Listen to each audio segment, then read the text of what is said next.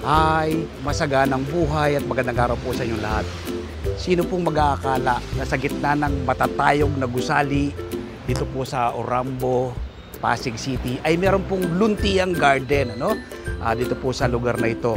Katabi ko si Mama Rachel Rose Tala, no? Siya pong supervisor nitong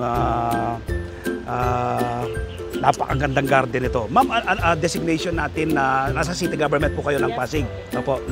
Bali kayo po ang Supervisor po ng mga sleepers po. Sa Orambo. dito po sa Orambo. Okay. Napakagandang garden po nito. Gaano po ito kalawak? 200 square meters po. 200 square meter ba? Ano-ano na po mga naitanim dito? Bali, meron pong talong, may okra, kamatis. Yes. Tapos meron pong lettuce, may papaya, may mga saging. Yes. Meron din po kaming carrots, Oho. sugar cane. Parang yung kanta sa bahay ko po, Ma'am Rachel, andi dito na.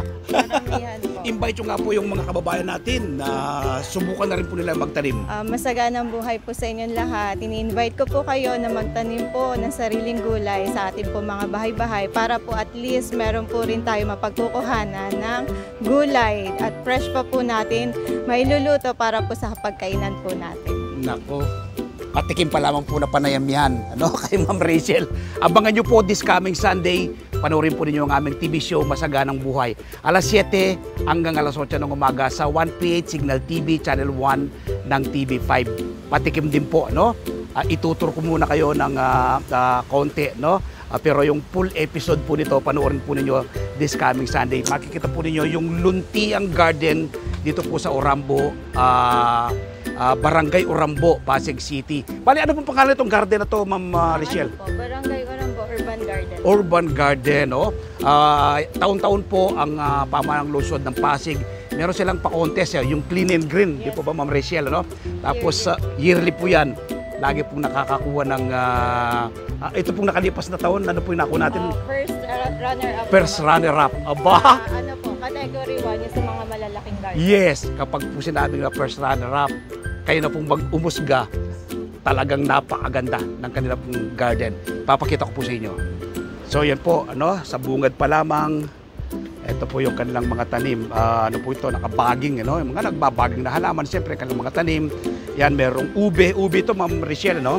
Ube, tapos meron silang, yan, tinan nyo po yung kanilang ampalaya. Yan, tinan mo yung ampalaya po nila, no?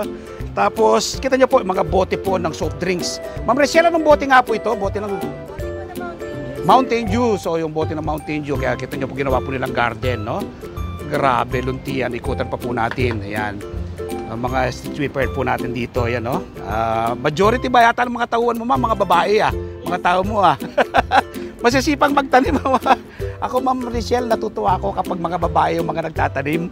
Dahil kasabi nila, trabahong lalaki yung ganyang pagtatanim. Pero dito sa Barangay Orambo, talagang mga babae. Kita nyo po, di ba? Patapon na bagay po yan. O yan, tanim po dito ay talong. Yan, tinan nyo po. Ikutan pa po natin, dito. Yan. Kaya nang banggit ko kanina, no? Sa gitna ng matatayog na gusali, papakita ko po yung mga matatayog na gusali. Yun, nasa taas na gusali, di po ba? Dito po yan sa Barangay Orambo. Yan, di po? Ayan. Grabe, di ba? Tapos kapag nandun ka sa building na yan, pagbungad mo sa ilalim, yan po ang iyong mabubungaran. Luntihang Garden. Yeah, so yan. Yan pong mga street sweeper po natin dito sa Pasig. Mga nakatrilis naman po rito. Yan, meron. Sari-sari po rito. Yung kanta sa bahay ko, sabi nga ni Ma'am Rachel, makikita mo rito. Yung papaya po nila, maliit lang pero nag-start ng magbunga. No? Ayan. Meron na silang tubo rito. Yung tubong matamis ito, Ma'am Rachel, no? Yan, yan. Yan, galing ng Batangas yung tubo, yan. Tapos yan, mga ano po ito, ano nga pong saluyot. Yan, saluyot. Kita natin, ha? Sa kabilang side. Kita nyo po ito. Bote po ng mineral water yung pong dinideliver sa atin sa mga bahay-bahay. Siguro butas na to, Ma'am Rachel, ano? Kaya ito, binigay na dito, no? So, ginamit na ngayong pinagtamnan na. Naku, grabe, di po ba? Luntian, tsaka naka-arrange. Ito, asparagus, oh. Naku, grabe, napaka-healthy po itong asparagus na to. Yan, tiniya po yung mga tanim ni Ma'am Rachel. Asparagus. Ito, kakaibang variety po ng patola to. Ayan, kakaibang variety ng patola. Meron silang mulberry rito. Yan, mulberry. Di po ba napakaganda? Kayo pong magsabi. Dapat laging first ito eh. Bagay itong year 24 Ma'am Rachel, naka-first ano tayo, no? First runner-up. Ayan, natira niyo po, hanay-hanay po yung kanilang mga tanim. Yan, di po ba? Napakaganda. Oh, diba? Hindi lang po siya basta tinanim, may art ang pagkakatanim, no? Ibig sabihin po yan, yung mga nagtatanim dito, ina-apply nila yung TLC, di ba, Marichel? Tender love and care. So yan. May mga paro-paro, oh. Ibig sabihin po yan, ibig sabihin, yan, oh, pinopollinate po nila. Yan, ayan, tira niyo po. Oh, yan, tayo. Oh, yan, oh. Di po ba? Yan. Ibig sabihin po, yung pamamaraan po ng pagtatanim na rito, natural and organic. Di po ba, Ma'am Rachel, kapag ganyan? Isa sa pumukaw ng aking paningin dito, meron silang hydroponics na talong, tanim, no? So, majority kasi pag hydroponics ang pinag-uusapan, mga lettuce yan, di ba, Ma'am Rachel? Lettuce, pero dito po talong, ano? Lalapitan po natin ito, carrots naman po ito, yung mga carrots. At saka siyempre, bawat tanim ni po nila merong mga pangalan.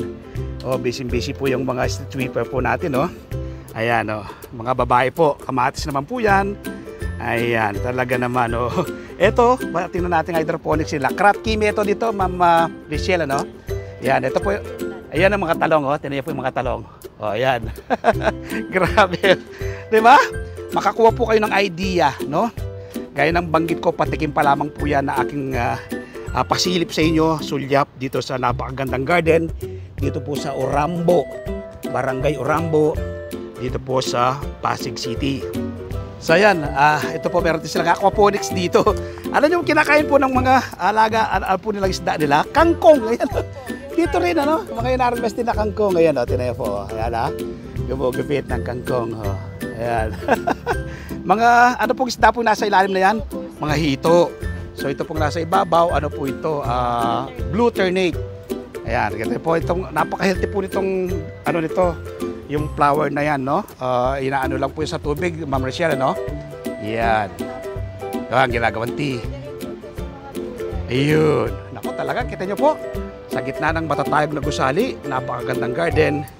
Dito po yan sa Urambo, Pasig City. So muli po ang aking imbitasyon, ano? This coming Sunday, panoorin po ninyo ang aking full interview kay Mama Rachel Rose Tala, no? At po ma-inspire kayo, ma-educate kayo at ma-motivate, ano? Supervisor ng mga street sweeper dito sa siya yung naka-assign sa lugar na ito.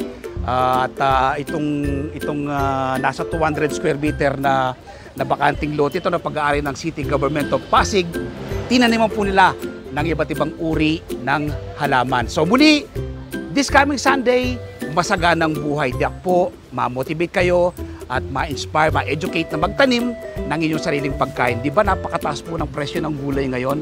Bakit ka pa bibili kung pwede ka namang magtanim? Food security starts at home. Salamat po. Happy farming. God bless.